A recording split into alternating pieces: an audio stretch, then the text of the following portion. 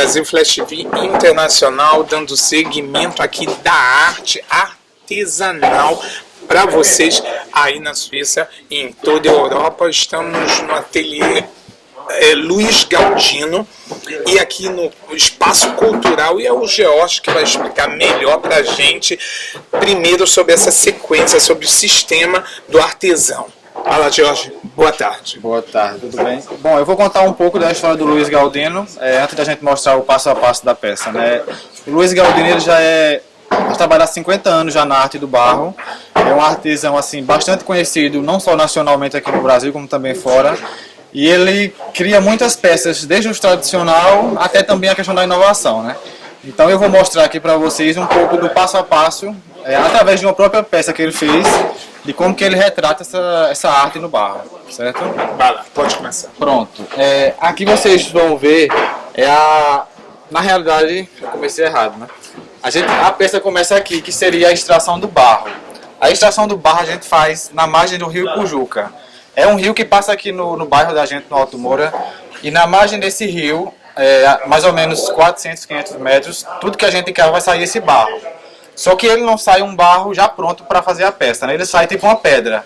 Então a gente vai lá, cava, que é esse processo que ele está fazendo aqui, aí a gente coloca num carro de mão, traz para casa, molha ele, que é tipo aqui, a gente molha, deixa ele 2 dias, tipo, umedecendo a água, e com 2 dias a gente começa a pisar, que já seria aquele processo lá no canto, tá vendo?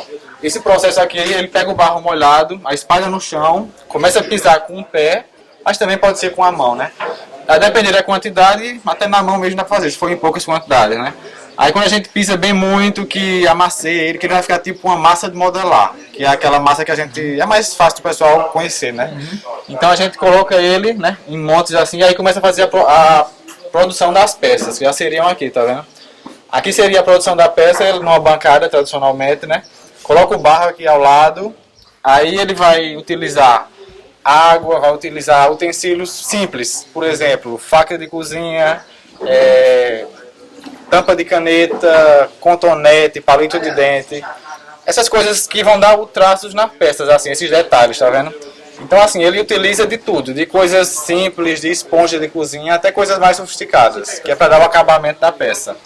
A peça estando pronta, que no caso ele fazendo aqui a peça, ela vai vir para o processo de queimagem, que é esse processo aqui, ó, tá vendo?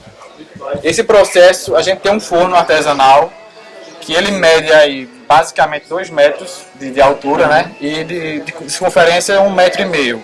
Então a gente vem com as peças cruas, coloca aqui dentro, uma em cima da outra.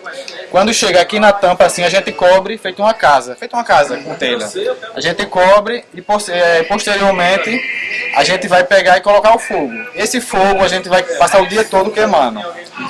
Basicamente pega aí de 8 da manhã até 6 da tarde. A peça já pronta. A peça já pronta. Ela aqui ela vai só se consolidar na matéria, assim, ela vai ficar fixa, né? Sai do estado de crua para cozida. Ela vai entrar crua e sólida, né?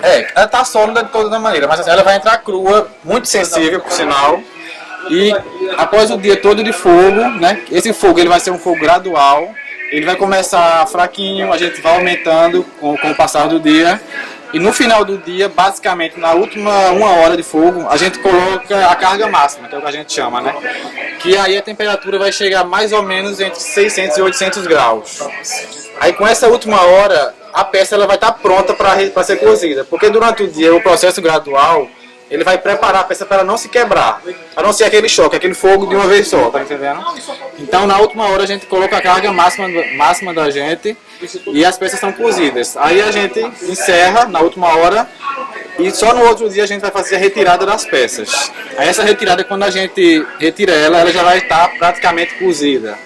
Só que aí a gente vai para o processo seguinte, que é restauração e pintura, né? Porque de cada 100 peças que a gente coloca num forno desse, um exemplo, quantas voltam perfeitas? Muitas já vão quebradas na realidade, porque até o processo de secagem da peça já racha ela, já quebra, e as que vão inteiras com o processo do fogo elas tendem realmente a quebrar. Porque o fogo, ela como é que eu posso dizer? Ela seca a água que tinha no barro, né? Então assim, de cada 100 peças que vai no fogo, 95 vão sair quebradas. 5 é que vão sair perfeitas mesmo. Vão serem aproveitadas. Isso, perfeita, sem fazer mais nada, né? Aí a gente vai ter que restauração, que vai utilizar massa corrida, vai utilizar Durapox, né? É todo um processo para recuperar rachão, quebrar a cola. Rachadura. Isso. Aí depois a gente libera para pintura. Quando vem da pintura, praticamente já está pronta. Aí é só colocar na prateleira. Isso, só colocar na prateleira e posteriormente vender, né? E a tinta que se usa, são várias para dar. Eu imagino, eu fiz todo esse processo na minha cabeça aqui, imaginei. A tinta que se usa, dependendo do objetivo, a tinta plástica, óleo, dependendo do que tem como arte na cabeça do artesão para terminar ela. Pois é, assim, a questão das tintas, a gente usa a tinta tradicional de parede. A tinta que a gente usa para pintar casa, essa é a tinta tradicional, que a gente utiliza ela aí em 80% da pintura da peça. Só que aí com o decorrer do tempo, com a questão de adaptação, a gente também começou a usar muita tinta gráfica. Que é aquelas tintas de tecido, tinta de brilho, glitter. Exatamente. A gente faz uma mistura na realidade que eu ao vi terminar das peças assim, com muito brilho. Muito brilho. Tinta óleo. Tinta metálica também. Exato, tinta metálica. A tinta óleo a gente utilizou muito tempo assim nas peças, porque ela dá um brilho muito atraente na realidade. Forte. Pois é, chama muita atenção, mas na realidade assim, por ela ser um pouco grossa e limitar um pouco a plasticidade do movimento da gente, a gente deixou ela um pouco de lado e usa mais a tinta à base de água. E quando a gente faz toda a pintura e ela fica fosca, sem brilho nenhum. Opaca. Então a gente prefere pintar ela assim porque a gente tem a plasticidade de diluir ela com a água e com o movimento do pincel a gente fazer qualquer tipo de desenho que a gente pensa.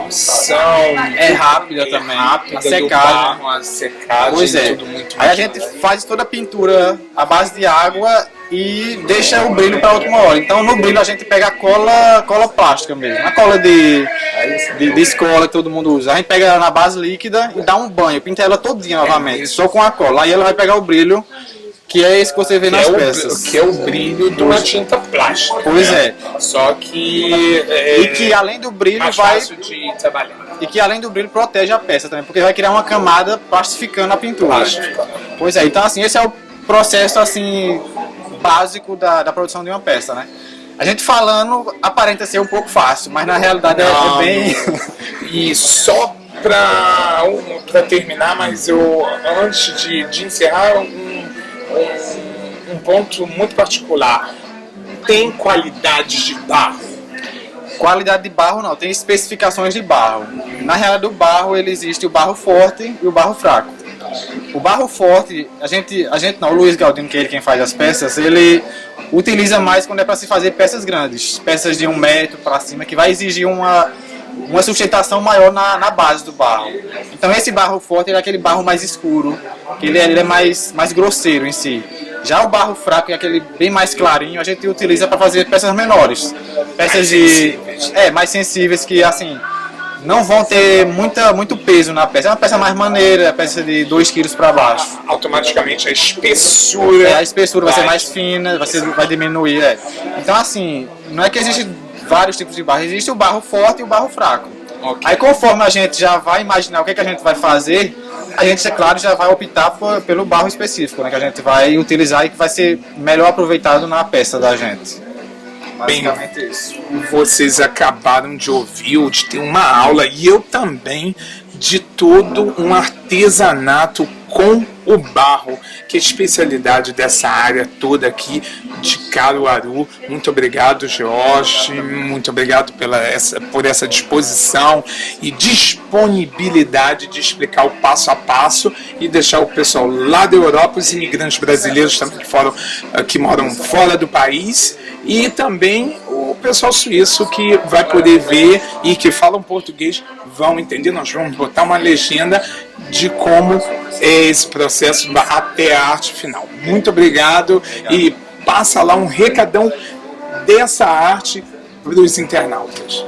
O que eu tenho a dizer para quem vai estar assistindo a gente, né, do outro lado do mundo, se tiver a oportunidade e poder vir aqui para o Brasil para conhecer essa arte, sem dúvida nenhuma vão adorar, vão conhecer, porque a gente vê por foto, é lindo, é bonito, é magnífico, mas você vir conhecer o passo a passo realmente, o artesão fazendo, conhecer todo o processo é uma experiência que assim, que talvez seja única na vida, né? Então vale a pena mesmo. Se puder conhecer, venham que sem dúvida vão gostar muito. Luiz Galdino, de parabéns. Brasil Flash TV, a tua web TV que tem orgulho de ser brasileira na Suíça, diretamente de Caruaru, e agora na arte, principalmente na arte manual, artesanal, com barro, para vocês aí na Europa e na Suíça. Obrigadão. Obrigado também. Até mais.